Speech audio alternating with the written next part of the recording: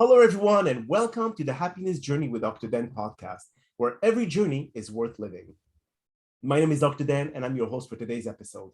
I'm a cognitive behavior psychotherapist specializing in anger management issues, both court-appointed and private, marriage counseling, dissociative disorders, narcissistic personality disorders, depression, anxiety, dream analysis, and also provide life, business, and retirement coaching support. If you need any assistance, reach out to DMV Counseling and Therapy Services at 301-325-1550. Also, our website address is lifecoachdanamzalak.com. Today, I'm very excited to have on our podcast on season 2, episode number 7, a very special guest and author, Kristina Rienzi.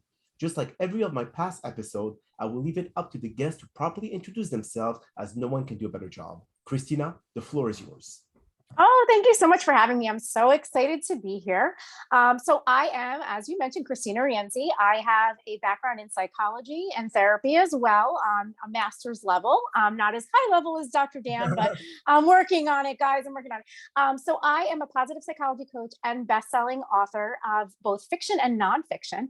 And my life has really been dedicated to psychology, coaching, leadership, and writing to inspire and empower others. Beautiful. Thank you very much for the quick but efficient introduction. So what brought you to write this book, and what is the title of the book? Sure. The title of my book, which is always a struggle for authors, we want to get it right. It's called 5 Happy Choices.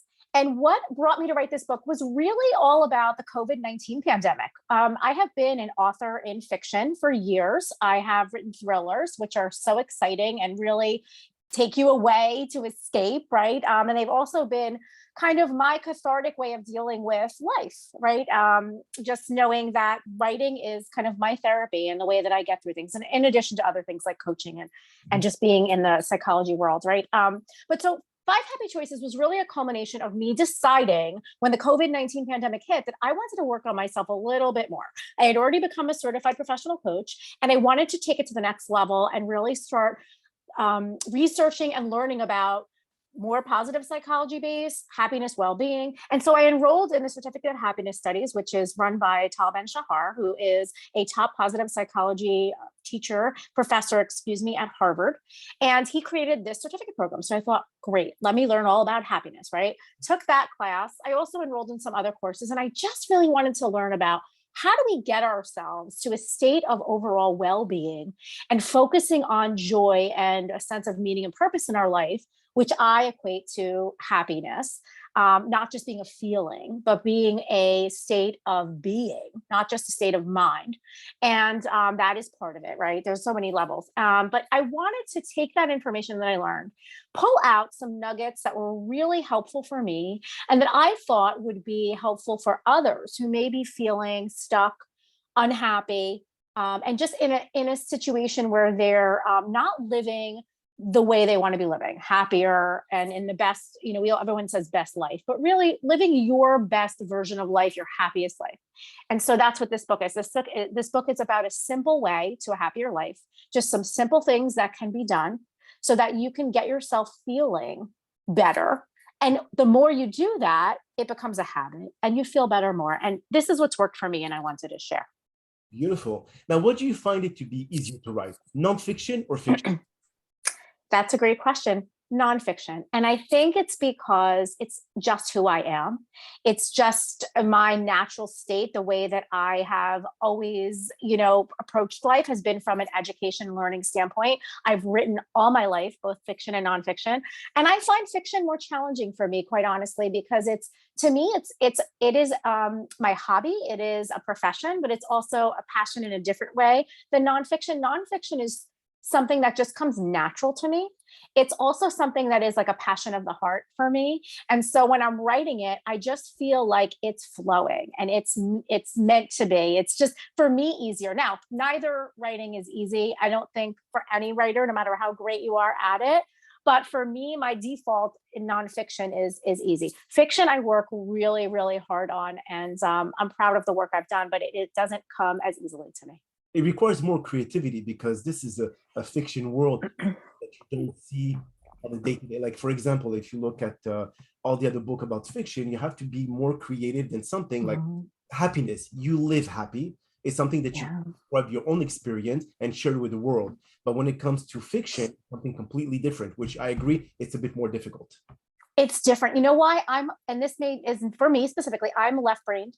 I know we use our right brain too, but I primarily activate my left brain. So in order for me to write fiction, what do I have to do? I have to activate my right brain. In order to do that, I have to write at times that I'm like tired, like when I get up in the morning, my editor isn't on and my left brain is on. So I write my fiction either when I'm like first wake up or late at night. And then when I'm editing, I have to use my left brain for that. So I try to maximize my brain to do what I do best. And by the way, we're all creative. We have it in us. It's just what is our default, what is easiest for us. And for me, expressing myself through nonfiction is not only easier, but it feels like it's what I'm supposed to be doing. And so it comes out of me so much quicker. Writing fiction takes me time. I do eventually get the book done and I love it, but it's just it's a completely different process for me. Oh, I agree with you. I tried the fiction and I just said, forget it. Let's go with nonfiction. Right.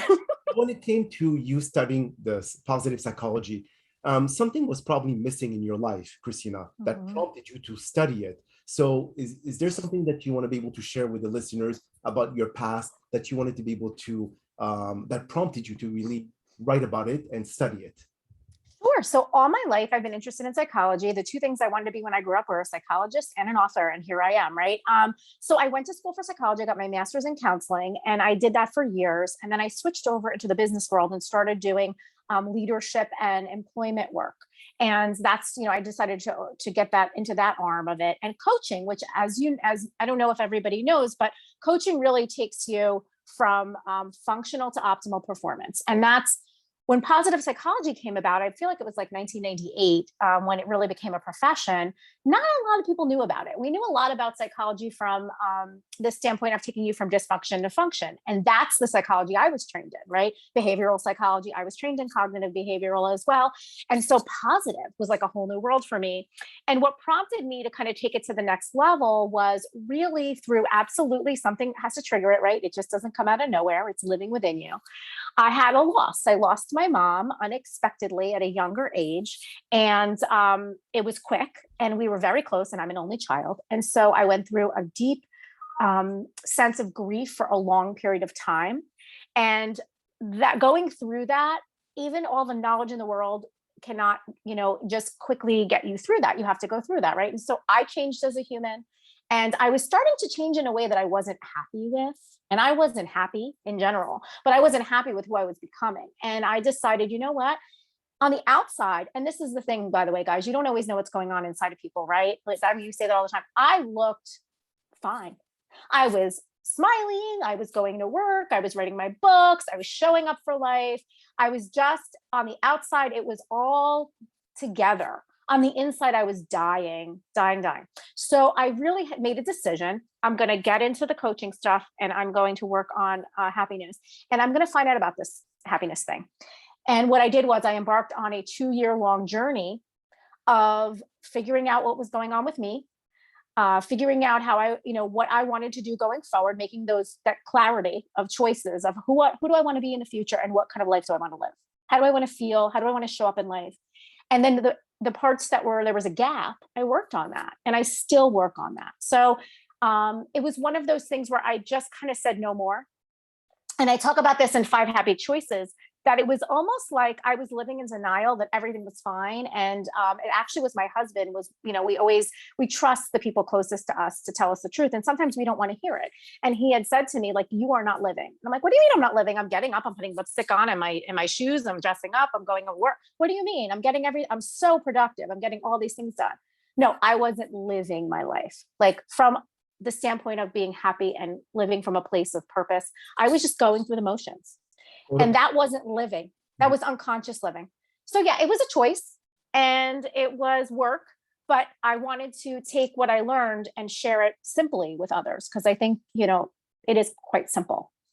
So if you want to summarize the book into the 5 easy steps, what would you suggest to people who are going through a difficult time, either grievance or who are dealing with mental illness, bipolar, or whatever else? What would you recommend them how to get started through this journey of being more happy? being more mindful in the moment instead of always dragging the past into the present, what would be the best step for you to start? Yeah, so that's a great question because everyone's so different and we all resonate with different things. But I think the first step in anything, right, is to acknowledge that you're not happy. And it seems easy, but it's not always so easy. We always think, well, everything's fine. Fine isn't happy, right? So what does happy look like? What is happiness to you? Is it there for you or not? And I think the way I identified it was, for me, it's writing. So for example, if you're doing something, that time is flying by and you notice, wow, 3 hours went by and I was playing basketball or I was, drawing or I was writing, whatever that thing was, that's what it feels like. I know that it sounds silly, but we can forget what happy feels like. That's what happy feels like. That joy, that sense of purpose, you're doing something you love. That's the feeling we're going for. And I think the first step is to say, I'm not there. I am not happy. And once you identify that you're not happy, you can choose to do the things that bring you joy. This doesn't create like an instant happy person in you. And by the way, all the emotions are valid. Feeling sad, feeling anger, feeling, fear, having all of these things that everybody calls negative emotions. They're valid and we should feel them. It's getting stuck in those emotions and being unable to move forward in life. That's the issue. So recognizing and saying, I'm not happy. And that's what I did. It was like, I am not happy. What can I do? What brings me joy? And it was little by little. I started doing things that bring you joy. And you mentioned presence and mindfulness and meditation. That is one of the 5 happy choices. By the way, there are a lot of things you can do to feel happy. The ones I chose were backed by science, by scientific research and evidence. But something like being present in the moment, it doesn't have to be complicated. You don't have to sit and meditate for 5 hours. Like I can barely meditate because my brain is going 24/7. What it's about is saying, drop everything, put your phone down, turn the TV off, be present. If a friend is having a conversation with you, it's as simple as being there. I call it being there. Like just be there with them, listen, respond, have a conversation. Nothing around you exists. It's you and that person. It's as simple as that. It could be as simple as driving down the road. And I would do this all the time. I would like quote unquote meditate on my drive, which sounds dangerous, right? But it isn't. I would feel the steering wheel. I'd feel my breath. I would notice everything around me. It's about living in the moment. It isn't something that, it's going to happen overnight, but you just start with the little things. And I will tell you, being present in the moment, even if it's for, 2 minutes, it absolutely shifts the way that you start to look at life. And it's like, this is what life is about, being here now. Well, would you agree? I had actually an interview with another psychotherapist, and he did mention that happiness is not sustainable, which means you will have ups and downs like an EKG. But what are the triggers that when you feel down, you want to go back into the high? So what are that you can bring? So you have to bring good memories into the present. But then again, you do not want to go and stay too long in a bad past and then start feeling more depressed. So what are other strategies that you would recommend? Yes. So in my book, 5 Happy Choices, we talk about being present, but I also talk about being grateful, simply saying something like, thank you. Thank you. Gratitude is a huge choice and it's feeling it. Like for example, something silly, like I'm thankful my water was shut off this morning because they are a water main break. Like this happens, this kind of stuff happens. Was I annoyed? Absolutely. I was like, oh man, my water's off. And you just kind of go through that. And then when it came on, I was grateful for that. But my point is, I think that you can choose, you feel the feelings because you cannot be happy all the time. It's not realistic.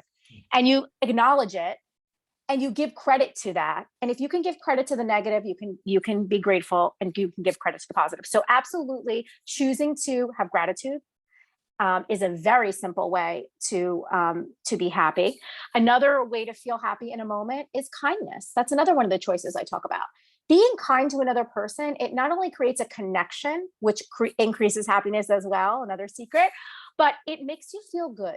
It makes them feel good. It's like a ripple effect. So these simple little things, and by the way, kindness doesn't have to be, something elaborate. It could be a text message. I do this all the time because I need to feel good. I send a text to a friend. How are you? I'm thinking of you. I miss you, or great job on that, whatever happens. So it's an action step. basically. What you're doing is you're realizing you're in a place that is not where you want to be. You're not happy. You're not feeling good. You acknowledge that. You accept that because it's valid and it means something. And then you make the choice to step out of it. And that choice could be doing something kind. It could be saying thank you that my water came back on for me. It could be being present in the moment. And there are a myriad of other things that you could do to pull yourself out of that temporary funk that you're in. Beautiful. So if you look at happiness being different for different personality types, so type A loves to be in control. And as you know, we cannot control happiness. And so when things come into their life that they cannot really fix or find solution for, how can these people find happiness? Or there's no hope for them? There's hope, because I'm one of those people. Yeah. I am type A all the way. And I have a big issue with control, and I know better, but it's there. And I think that what is the opposite of control? Surrender, right? Let it go. Just like Elsa says in Frozen, but you let it go. And it sounds so hard to do. It's not that hard to do. I literally sometimes have to say, it's out of your hands. Let it go. What will be, will be. And a lot of times I'll find myself caught in a loop of control. Like I'm trying to control this. Especially I have a small child and I'm trying to control everything. It's like, just let it go. Let it be, let it go. I have to say those words and know that I'm surrendering. And in my head, I say, I'm going to let it be. And whatever happens, I'll handle it. I will handle it. And, I do believe that whatever's happening in your life, you're where you need to be. And if it's something, that's going on that you're not so happy about, maybe there's a lesson in it. Maybe there's a growth opportunity for you in it. Maybe if something happens that you're not so happy about, and it doesn't bring you happiness, you grow from it. I say this because that's what happened to me when I lost my mom and I was in this terrible place and all of these things. And I thought the world was coming to an end. And I was in a negative spiral of anxiety and fear and depression and just not moving forward. Even on the outside, I looked like I was. It turned me into a better person, a happier life. I really believe that. It was work, but it got me there. And I think we don't see that when we're in it. But I will tell you, there is hope, and that is possible. So absolutely, you have to surrender. You have to just go. And you know what? As hard as it sounds, like, how could I let it go? I have to control X, Y, Z. The truth is, you really have no control over anything anyway. You really don't. And if you really accept that in life, you'll know once you let something go and it's truly gone, and you say, leave it to the universe, leave it to God, leave it to whoever the higher power is, if there is a higher power, or leave it to whatever will be, right? That whatever words work for you. There is such relief in that. And there is such peace. And it really feels good. It feels good. Especially that, a lot of people carry the weight of the world on their shoulder. And you make a very good point, Kristina. When you just learn to let it go, that's it. The weight is off of your shoulder. And now you feel that you can breathe. You don't feel suffocated anymore. And that's actually something really hard for many to do. But if they don't do it, how are they going to be able to ever find happiness? Absolutely. And you know what? What does it hurt to try? This is what I say. You don't want to do it. You think it's too difficult. How difficult is it to carry the worry, to carry the stress, to carry the anxiety? That's heavy. That is heavier, because I've done it. I have done it. And I still struggle with that because I'm human, and because, I'm not perfect and never will be. I'm a work in progress always. And so, yeah, how heavy is that? But when you let it go, even if it's uncomfortable, just try it. Just try it and see how you feel. And you may find that it's uncomfortable at first, because anything you do differently, the first time is uncomfortable.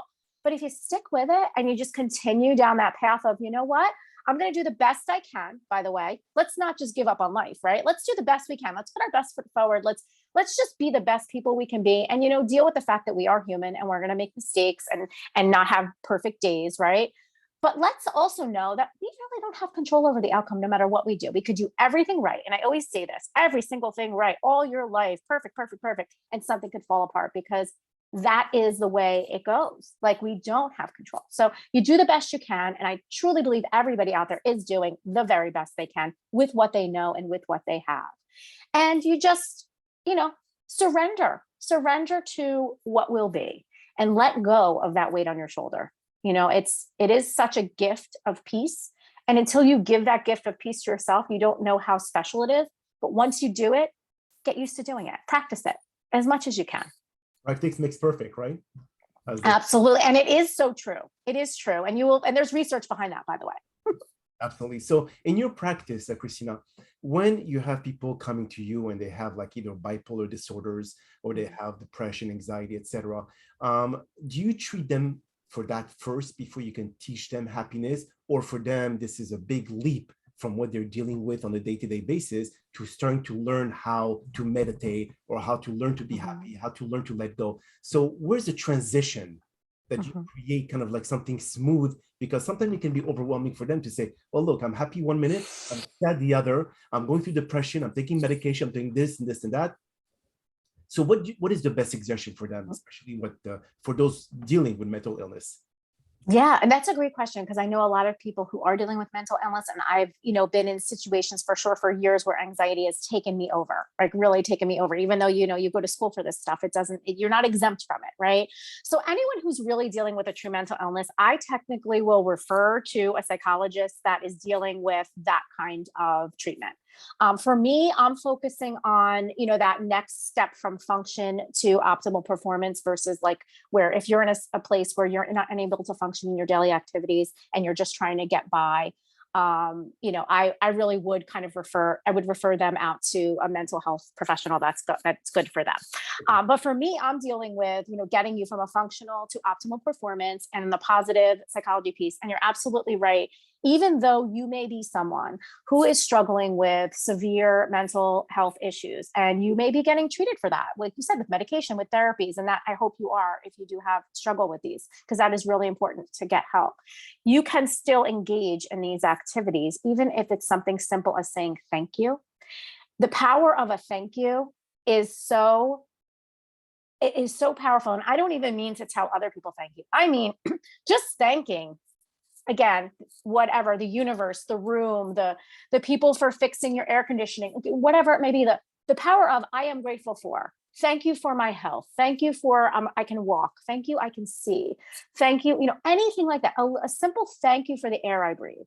Thank you for my life, and meaning it and feeling it. Even a simple thank you can just boost you. It boosts your mood. And thank you is all it takes for gratitude. It doesn't have to be anything elaborate. And all of us, or I would say, the majority of us can easily say thank you and feel gratitude.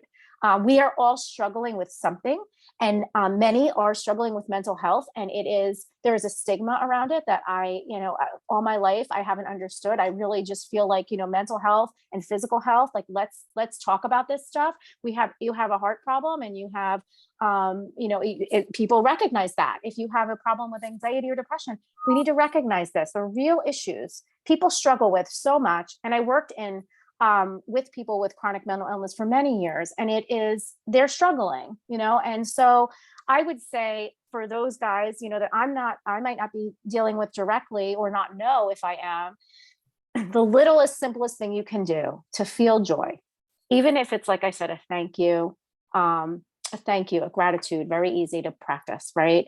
If you can be grateful for anything, someone who loves you, someone you love, the sun, you can be grateful for the weather. I mean, it doesn't have to be anything elaborate.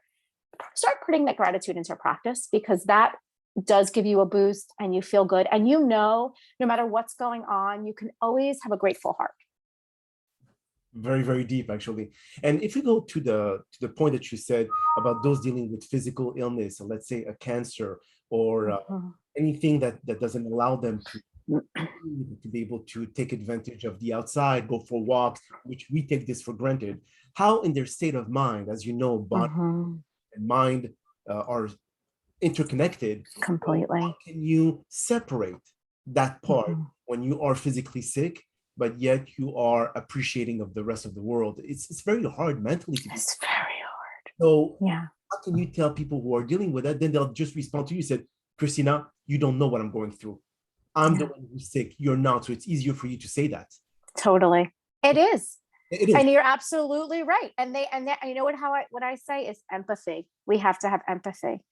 I am not in here. We're not all in each other's shoes.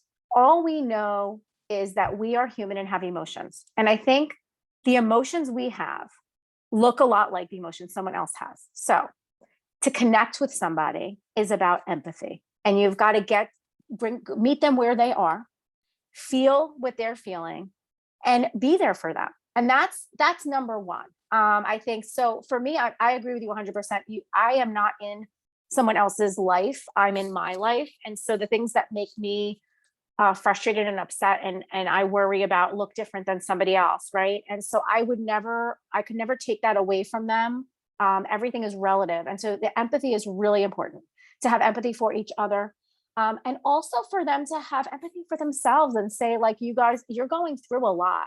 And there's an element of self-compassion and self-love that is so important, that, you know what, if you're not feeling happy every day and you don't feel grateful and you're angry, that's okay. That's where empathy comes in. No one is saying to live, your best life, you have to be happy all the time.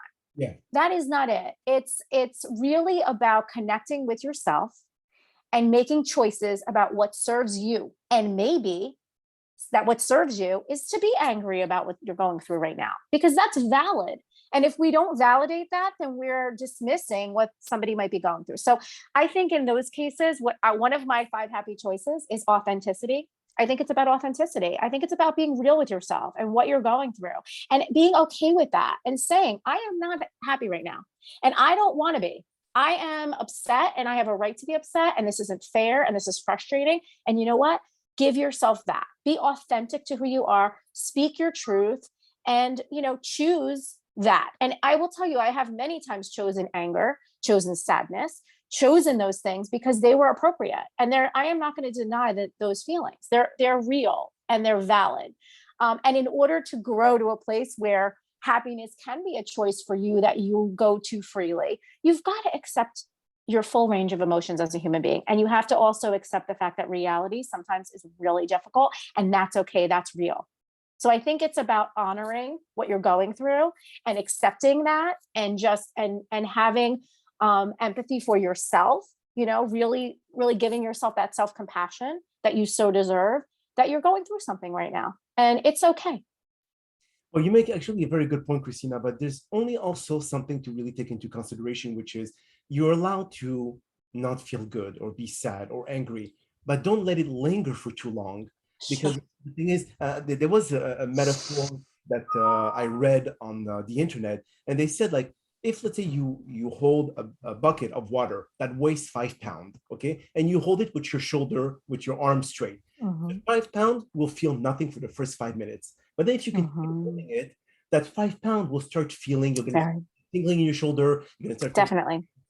After that, after like an hour, 2 hours, 5 hours, that 5 pounds didn't change in weight, but holding it for made it feel like this 5 pounds became 50 pounds or 100 pounds. So it's about how long you hold that negative and when to let it go. And a lot of people tend to stay in their misery, and they feel that, oh, it's okay to be sad, which is completely, I agree with that. But for how long do you continue getting sad?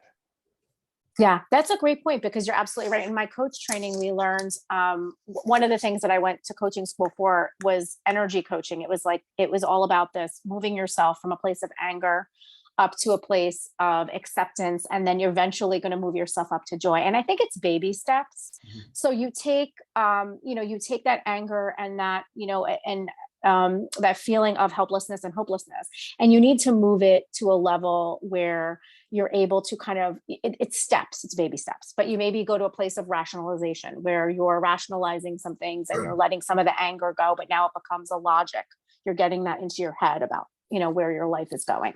And then you move up to another level where you're able to, be able to accept and choose to move forward through that. It's going through these, little by little. It doesn't happen where you go from I'm angry to I'm happy. It's a little bit of letting go. It's letting go a little bit of the anger and saying, okay, I've had my time being mad and sad. And I do this too. I choose to pull myself out.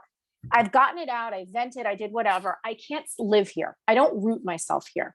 So now I'm going to make one step in a different direction, and I'm going to pull myself out. Maybe I distract myself with something and I kind of get my head in the game now. I get out of the emotion of it and I go to the head. I go from my heart to my head, and because once you're in a logic standpoint, your emotions are kind of, at this point, you're shutting down your emotions a little bit. You're more in your head.